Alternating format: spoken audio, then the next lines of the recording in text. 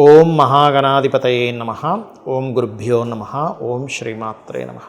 పరమేశ్వర స్వరూపమైనటువంటి జ్యోతిష, వాస్తు మరియు ఇతర అనేకమైనటువంటి శాస్త్రములను మనకు అందించినటువంటి మహర్షులకి నమస్కారం. హయగ్రీవ హయగ్రీవ హయగ్రీవేతియో వదేత్తస్య నిస్సరతైవాణీ జన్హుకన్యా ప్రవాహవత్ అరుణాం కరుణాతరంగితాక్షీం ధృతపాశాంకుశపుష్పబాణచాపాం అనిమాదిభిరావృతాం మయూకైః అహమిత్యేవ విభావయే భవానీం. శ్రీమాత్రే నమః. ప్రేక్షకులకి లలితాంబిక అమ్మవారి యొక్క అనుగ్రహం పరిపూర్ణంగా కలగాలని మనస్ఫూర్తిగా కోరుకుంటూ మనం ఈరోజు చెప్పుకోబోయేటువంటిది రాహుకేతువులు మారుతున్నారు. అయితే ఈ రాహుకేతువులు మారడం అనేటువంటిది కొన్ని సాఫ్ట్వేర్లో మే 15, కొన్నిట్లో మే 18, కొన్నిట్లో జూన్ 1 అని చూపిస్తుంది. కాకపోతే ఏదేమైనప్పటికీ కూడా మే 15 నుంచి కొంత ప్రభావం, జూన్ 1వ తేదీ నుంచి కాస్త ఎక్కువ ప్రభావం చూపిస్తుంది రాహుకేతువుది. అయితే ఈ రాహువు కేతువు ప్రస్తుతం మీనరాశిలో రాహువు, కన్యారాశిలో ఉన్నటువంటి కేతువు మనకి సింహంలోకి కేతువు, కుంభంలోకి రాహువు మారుతున్నాడు. అయితే ఈ మార్పు జరగగానే వెంటనే చేంజెస్ వస్తాయా అంటే దీనివల్ల కొంతవరకు వస్తుంది. ఎందుకంటే గోచారం ఎప్పుడు కూడా కొంతవరకు చూపిస్తుంది. మిగతాదంతా కూడా మీ పర్సనల్ చార్ట్ చూసుకోవాలి, గుర్తుపెట్టుకోండి. అంటే మీ యొక్క జన్మజాతకంలో అసలు గ్రహాలు ఎలా ఉన్నాయి, రాహుకేతువులు ఎక్కడున్నారు, దాన్ని బట్టి ఈ రాహుకేతువుల యొక్క ప్రభావం ఉంటుంది.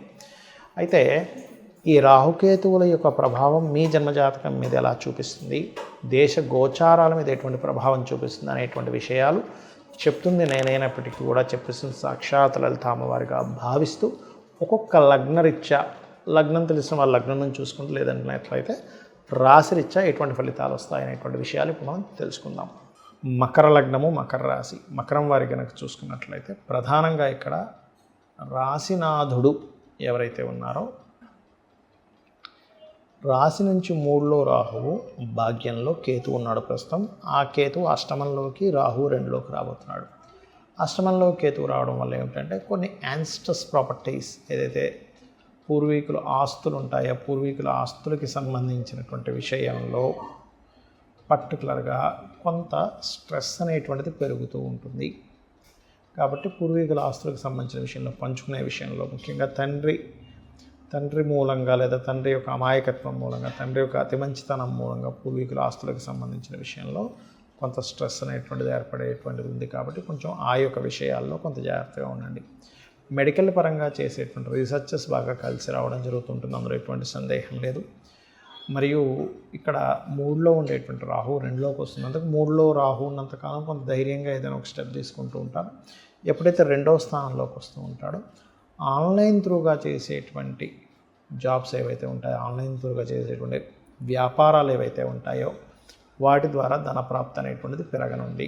అయితే మీకు ఫైనాన్షియల్గా ఇంకా బాగా గ్రోత్ రావాలి అన్నప్పుడు గోచారంలో ధనస్థానంలోకి రాహు వచ్చినందుకు మీరు రాహు గ్రహానికి సంబంధించినటువంటి ఏవైతే ఉంటాయో, రాహువుకి సంబంధించిన దానాలు కానివ్వండి, రాహు అధిష్టాన దేవత అయినటువంటి దుర్గాదేవిని, అంటే మీరు వీలున్నప్పుడల్లా కూడా అమ్మవారి యొక్క నామం, ముఖ్యంగా ఓం దుమ్ దుర్గాయ నమః అనే నామస్మరణ చేయడం వల్ల ఫైనాన్షియల్గా పెరుగుతుంది. అదేవిధంగా కుటుంబ సభ్యులు గతంలో కొన్ని కారణాల చేత కొంత డిస్టర్బెన్స్ వచ్చినటువంటి మళ్ళీ అవి క్లియర్ అవ్వడం కూడా ఇస్తాడు రాహు 2లో ఉన్నప్పుడు. మరియు ఎక్స్రే కానీ, డయాగ్నాటిక్ సెంటర్స్ కానీ, లేనట్లయితే ఏదైనా సాఫ్ట్వేర్ రిలేటెడ్ యాప్స్ క్రియేట్ చేసేటువంటి వారికి, సాఫ్ట్వేర్ పరంగా ఏదైనా కంపెనీలు పెట్టి డెవలప్ చేసేటువంటి వారికి ఇది సరైన సమయంగా మనం చెప్పుకోవచ్చు. ఇక మీరు ముఖ్యంగా కేతు అష్టమంలోని 2వ రాహు ఉన్నందుకు గోవుకి 4 ఉండలు, బెల్లపు ఉండలు లాంటివి గోవులకు తినిపించండి. మరియు ముఖ్యంగా గుళిక కాలము అంటారు, రాహుకాలం, గుళిక కాలం అని ఉంటాయి. గుళిక కాలంలో ప్రధానంగా మీరు రవికేతు గ్రహాల దగ్గర దీపారాధన చేయడము. అయితే ఇది ఎక్కువగా తమిళనాడు సైడ్ ఎక్కువగా పడతారు, గుళిక కాలం అనేటువంటిది చేయడము. మరియు గుళిక కాలంలో ఆ సమయం ఉన్నంతసేపు కాస్త గణపతిని ఎక్కువగా మీరు కనుక ఆరాధన చేసుకున్నట్లయితే పూర్వీకుల ఆస్తుల విషయంలో అన్ఎక్స్పెక్టెడ్గా జరిగేటువంటి సంఘటనల నుంచి మీరు బయటపడడం జరుగుతుంది. చాలామందికి ఈ రాహుకేతువుల యొక్క ప్రభావము వాళ్ళ జన్మజాతకంలో ఉంటుంది. కొంతమందికి సర్పదోషం రూపంలో, కొంతమందికి సంతానం రూపంలోని ఇబ్బంది ఇవ్వడానికి, మరియు కొంతమందికి వివాహ జీవితం మీద, వివాహం అయ్యే దాని మీద రాహుకేతుల ప్రభావం ఉన్నప్పుడు ఇబ్బంది పడుతుంటారు. దానికి ఏం చేయాలి? వివాహం మీద ప్రభావం ఉన్నప్పుడు అంటే మనకి మొట్టమొదటిగా మీ జన్మజాతకంలో రాహుకేతులు ఏ స్థానాల్లో ఉన్నారనేది డిటెక్ట్ చేయాలి. అంటే ఏమిటి? ముందుగా అసలు మీకు రాహు కేతు ఎక్కడున్నారు, లగ్నంలో ఉన్నారా, కుటుంబ స్థానంలో ఉన్నారా, 3వ స్థానంలో. అంటే లగ్నంలో ఉంటే మీకు లగ్నాన్ని పాడు చేస్తూ ఉంటాడు, కుటుంబ స్థానంలో ఉంటే కుటుంబ పరంగా ఇబ్బందులు ఆటంకాలు కేతు ఉంటే. రాహు ఉంటే ఏం కాదు, ధనపరంగా బాగుంటుంది. అదేవిధంగా 3వ స్థానంలో ఉంటే సిబ్లింగ్స్తో, 4వ స్థానంలో ఉంటే ప్రాపర్టీస్, 5వ స్థానంలో ఉంటే సంతానం, 6వ స్థానంలో ఉంటే అప్పుల వల్ల, 7వ స్థానంలో ఉంటే వివాహ సంబంధించిన విషయాల్లో, అష్టమంలో ఉంటే యాన్స్టస్ ప్రాపర్టీ, 9లో ఉంటే తండ్రితో దూరం అవడం, 10వ స్థానంలో ఉంటే కెరియర్ పరంగా, 11వ స్థానంలో ఉంటే బిజినెస్ పరంగా, 12లో ఉంటే విదేశాలు, వివాహ జీవితం మీద. అయితే ఈ స్థానంలో కేతు ఉన్నప్పుడు పర్టికులర్గా మీరు చేయాల్సింది ఏమిటంటే, మీరు ఈ సంబంధించిన ఇబ్బంది పడుతున్నాము కేతు ఇక్కడ ఉన్నాడు అన్నప్పుడు మెయిన్గా గణపతి ఆరాధన ఎక్కువగా చేయాలి, గుర్తుపెట్టుకోండి. అలాగే రాహు పాడు చేస్తున్నాడు, అప్పుడు దుర్గా ఆరాధన ఎక్కువగా చేయాలి. రాహుకేతువుల దగ్గర దీపారాధన చేయడము, అది సర్పదోషంగా కనుక ఏర్పడినట్లయితే మీరు నాగప్రతిష్ఠ చేసుకోవడం మంచిది.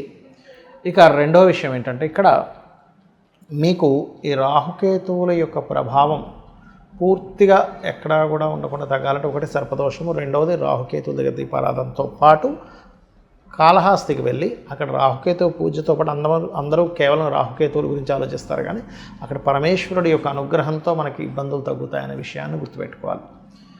ఇక ఈ రాహుకేతుల ప్రభావం వల్ల దేశవ్యాప్తంగా ఎటువంటి ఫలితాలు ఉంటాయి జూన్ 1వ తేదీ నుంచి అని చూసుకున్నట్లయితే, మనం గత సంవత్సరంన్నర క్రితం చెప్పుకున్నాం, కేతువు కన్యారాశిలోకి వస్తున్నప్పుడు ముందుగానే ప్రిడిక్ట్ చేసుకుని ఇప్పటికే ఉన్నాయి ఆ వీడియోలు. భూముల ధరలు ఆగిపోతాయి, భూములు పెద్దగా రైజ్ అవ్వు అని చెప్పుకున్నాం. అదేవిధంగా మనం చూసుకున్నట్లయితే హైదరాబాద్లో కూడా రియల్ ఎస్టేట్ చాలా మటుకు ఆగింది. ఎప్పుడైతే కేతువు మారుతున్నాడో ఖచ్చితంగా ల్యాండ్స్కి సంబంధించిన విషయంలో చాలా చక్కటి ఫలితాలు, అంటే భూతత్వ రాశుల నుంచి కేతువు అయితే మారుతున్నాడో ఖచ్చితంగా భూములు చాలా చక్కగా కలిసి రావడం జరుగుతుంది. అంటే భూమి రేట్లు పెరుగుతాయి, భూ సంబంధించిన వివాదాలు ఎవరికైనా ఉంటే ఆ వివాదాలు తొలగుతాయి, ఇవన్నీ మనం చెప్పుకోవచ్చు. మరి కేతువు ఇక్కడ నుంచి సింహరాశిలోకి వెళ్తున్నాడు కదండి, అది ఏమిటి? సింహం అనేటువంటిది రాజకీయ నాయకుల్ని, రాజకీయ సంబంధించిన విషయాలని చెప్తూ ఉంటుంది, గవర్నమెంట్ని సూచిస్తూ ఉంటుంది. అందుకే ఏంటి, గవర్నమెంట్ కొన్ని కఠినమైన నిర్ణయాలు తీసుకోవడం, రాజకీయ పరంగా కొన్ని మార్పులు ఏర్పడడం, ఇవి ఖచ్చితంగా జరుగుతాయి. అంటే ఏమిటి, రాజకీయపరమైన మార్పులు, రాజకీయంలో ఉండేటువంటి వారి మార్పులు, సీఎం పిఎం రంగాల్లో ఉండేటువంటి వారికి కొన్ని సడన్గా మార్పులు, ఇట్లాంటివన్నీ కూడా ఇస్తూ ఉంటుంది. అదేవిధంగా రాహు మరి కుంభంలోకి వస్తున్నాడు కదా, అంటే ఆర్టిఫిషియల్ ఇంటెలిజెన్స్ బేస్ చేసుకొని, లేకపోతే రకరకాల సాఫ్ట్వేర్ రిలేటెడ్గా కొన్ని బిజినెస్లు పెరుగుతాయి దీనివల్ల. న్యాచురల్ 11th హౌస్లో ఉన్నప్పుడు బిజినెస్ని డెవలప్ చేస్తాడు రాహు సాఫ్ట్వేర్ రిలేటెడ్గా. ఈ పంచమంలో కేతు సింహరాశిలోకి రావడం వల్ల ఒక తారాస్థాయికి చేరుకుంటుంది. ఏమిటి బంగారం రేటు ఇలా ఉంటుంది అనుకునేది కాస్త ఒక దగ్గర బ్రేక్ పడుతుంది. అంటే ఈ రాహుకేతువుల యొక్క ప్రభావం వల్ల ఏమిటంటే, ఒకటి కేతువు కన్య నుంచి మారుతున్నందుకు భూముల రేట్లు కాస్త ఆగిపోయినటువంటి కొంచెం కదలడము, బంగారానికి సంబంధించిన విషయంలో ఎక్కడికో వెళ్ళిపోతుంది, అసలు మనం కొనగలమా లేదా అనేటువంటి భయాందోళనలో ఉన్నటువంటి మనకి కొంత బ్రేక్ పడుతుంది అక్కడ. అలాగే కొంచెం కుజుడితో కలిసినటువంటి కేతు అవడం వల్ల సైన్యం కొంత భూభాగాలను, ఇంతకుముందు మనకి పిఓకే అంటుంటాం, పాక్ ఆక్యుపైడ్ కాశ్మీర్ లాంటి దాన్ని మన సైన్యం కొంతవరకు దాన్ని ఆక్యుపై చేసి మళ్ళీ రిటర్న్ తెచ్చుకోవడానికి, అలాగే కొంత సైన్యం నష్టపోవడానికి, కొంత యుద్ధ సంబంధించినటువంటి అటాక్స్కి వాటికి వీటికి ప్రభావం అనేటువంటి చూపిస్తుంది. మనం ఆల్రెడీ ఒక 40 days బ్యాకే చెప్పుకున్నాం కుజుడు నీచంలో ఉండడం, ఇటువంటివి జరగడానికి ఎక్కువ ఆస్కారం ఉంటుంది. కాబట్టి మీ అందరికీ కూడా రాహుకేతువుల యొక్క ప్రభావం పూర్తిగా తగ్గాలి అంటే కనుక చండీ పారాయణం చేయడము, గణపతి యొక్క అష్టోత్తరం చదువుకోవడం, ఇవి చేయండి, అన్ని విధాలా బాగుంటుంది. శ్రీమాత్రే నమః.